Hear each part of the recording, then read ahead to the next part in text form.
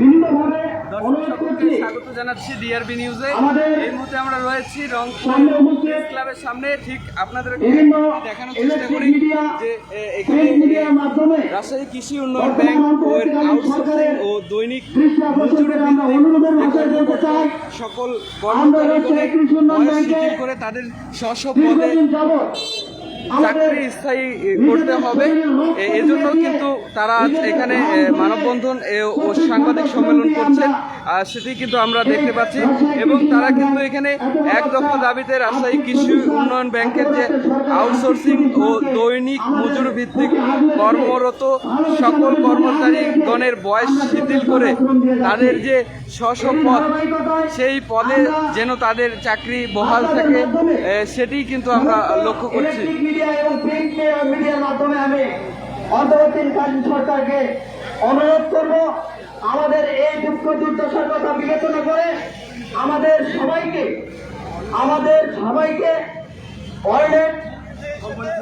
অর্ডেট কোম্পানিকে বাতিল করে দিয়ে স্ব-পদে আমরা যারা স্ব-পদে আছি স্ব-পদে আমাদেরকে স্থায়ীকরণ করার এক দফা দাবি জানাচ্ছি।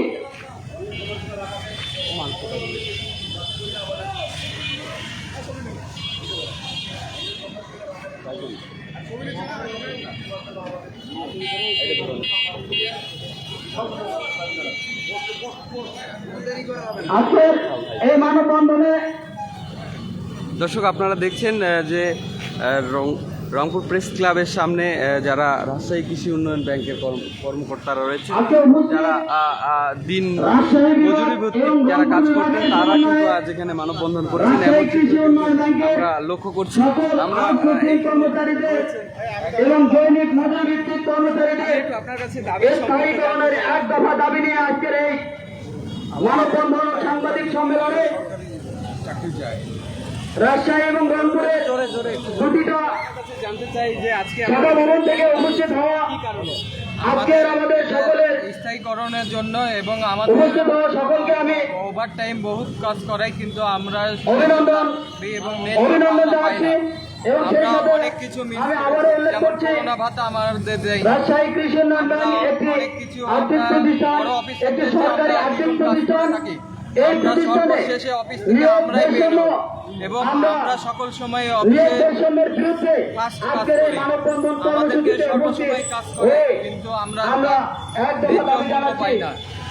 আমরা সকল আউটসোর্সিং কর্মচারীদেরকে আমাদের বয়স শিথিল করে এবং আমাদের মূল দাবি এক দফা দাবি জানাচ্ছি এবং সকলকে ন্যায্য পাওনা তাদের বুঝিয়ে দিতে হবে।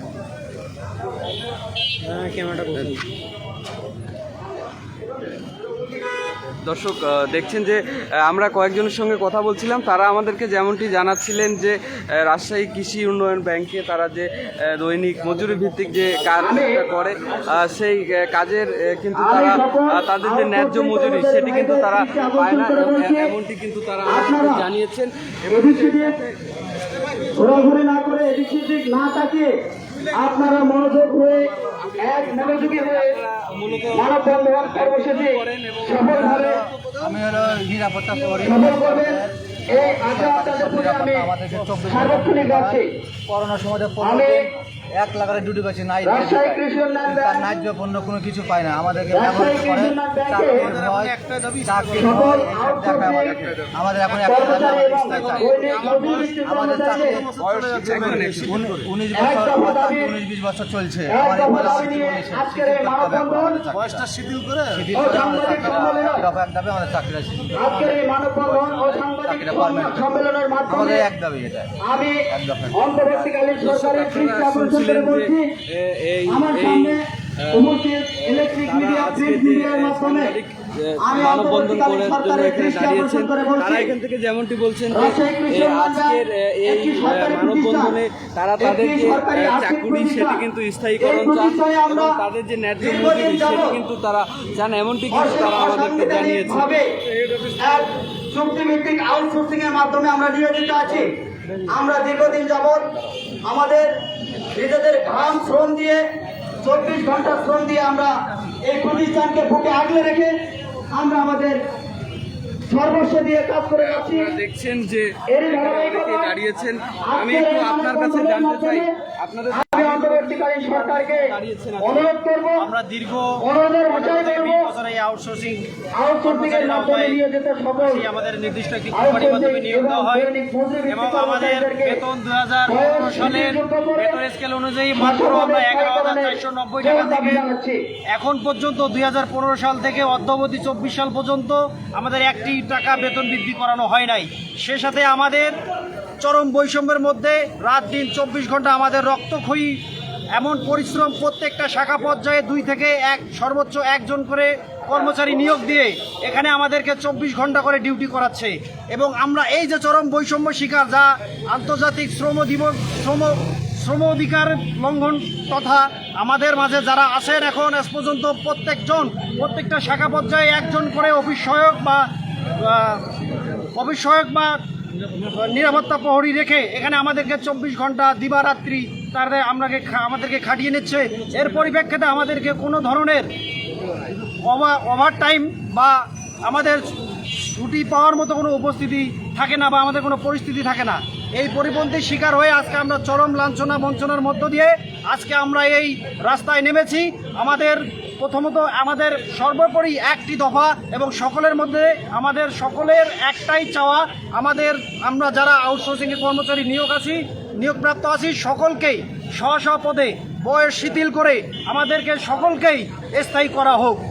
অনতিবিলম্বে যদি আমাদেরকে স্থায়ীকরণ করা না হয়, পরবর্তী সময়ে আমরা আমাদের রাখা প্রধান কার্যালয়ে ঘেরাও কর্মসূচি করে আমাদের এই দাবি দাবা যতক্ষণ পর্যন্ত পূর্ণ না হবে ততক্ষণ পর্যন্ত আমরা মাঠে থাকব।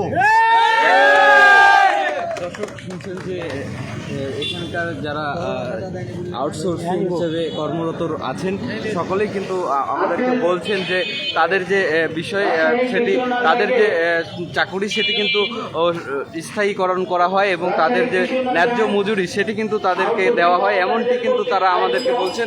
আপনাদেরকে একটু যদি আমি দেখাতে চাই যে এখানে কিন্তু এই রংপুর প্রেস ক্লাবে যারা রাজশাহী কৃষি উন্নয়ন বিভাগীয় পর্যায়ে যারা সর্বস্তরের যারা এখানকার আউটসোর্সিং কর্মচারীরা রয়েছেন সকলেই কিন্তু এখানে এসেছেন, প্রায় অনেকেই কিন্তু এখানে এসেছেন, এমনটি কিন্তু আমরা লক্ষ্য করেছি।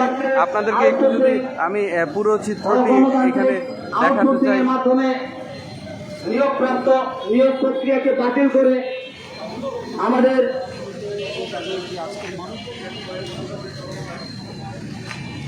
এই আউটসোর্সিং অগণতান্ত্রিক আউটসোর্সিং কর্মচারী প্রথা বাতিল করে আমাদের চলমান দাবি, এক দফা দাবি সকল আউটসোর্সিং ও দৈনিক মজুরিভিত্তিক কর্মচারীদের স্ব পদে স্থায়ীকরণের জোর দাবি জানাচ্ছি।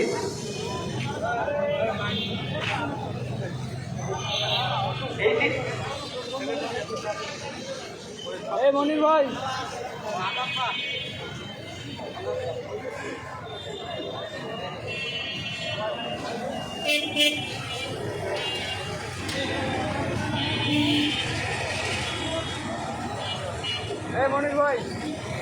মনির ভাই,